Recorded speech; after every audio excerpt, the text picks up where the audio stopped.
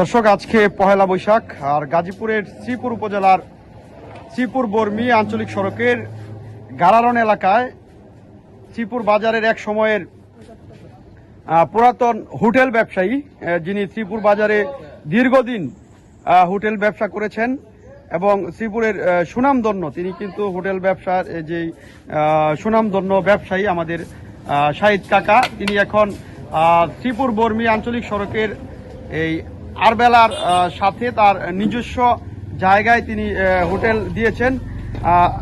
শ্রীপুরের যে ঐতিহ্যবাহী, সবসময় তিনি যে বিভিন্ন অনুষ্ঠানে জিলাপি বিক্রি করেন, সেই জিলাপি মাসকালার ডাউল দিয়ে যে জিলাপি তৈরি করা হয়, আমার মনে হয় যে শ্রীপুরের এই জিলাপি আসলে কোথায় পাওয়া যায় না, খেতে খুবই সুস্বাদু। আপনারা আসতে পারেন এবং এই জিলাপির যে মাসকালার ডাউলের তৈরি যে জিলাপি রয়েছে সেটা কিন্তু এখানে বিক্রি করা হয়, অনেকেই জানেন শ্রীপুরের। আশা করি সবাই আসবেন। আমরা একটু শাহিদ কাকার জানতে চাই, এই যে জিলাপিটা তৈরি করছেন আসলে এটা মানে কিরকম, এটার মধ্যে কি উপকরণ ব্যবহার করেছেন? এটা মাসকালা ডাইল আছে, বেশিরভাগ পোলা চাউল আছে, কিছু বালি আছে, বেসন আছে, ময়দা আছে, এই আর কিছু মশলা আছে। আচ্ছা, আজকে পয়লা বৈশাখ উপলক্ষে কিরকম সারা পাচ্ছেন? এই যে অনেক সকাল থেকে অনেক অর্ডার আসছিল, দিতে পারছি না, এই মাত্র একটু দিলাম। আচ্ছা, কিরকম রেটে বিক্রি করছেন এই আজকে জিলাপি? কিরকম রেটে বিক্রি? একটু ছাড় দিছি আর কি, 240 টাকা, এমনি বেশি 300 টাকা কমাই দিছি মাস পড়লে উপলক্ষে। মাস পড়লে উপলক্ষে? হ্যাঁ, আচ্ছা, পয়লা বৈশাখ তো এই হিসাবে একটু কমাই দিছি, সবাই খাইতে পারে। মশলাটার দাম বেশি।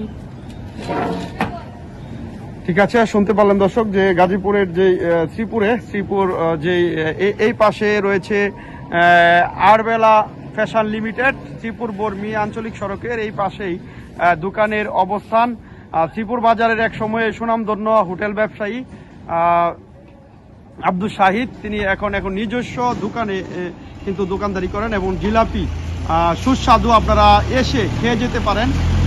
সবসময় কিন্তু এখানে বিভিন্ন জিলাপি, পেঁয়াজ, মুড়ি, সিঙ্গারা সহ বিভিন্ন মুখরোচক খাবার তৈরি করেন এবং খেতে খুবই সুস্বাদু। চলে আসতে পারেন।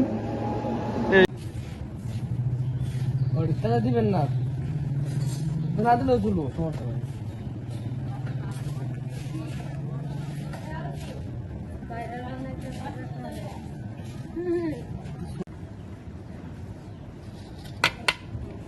Yeah.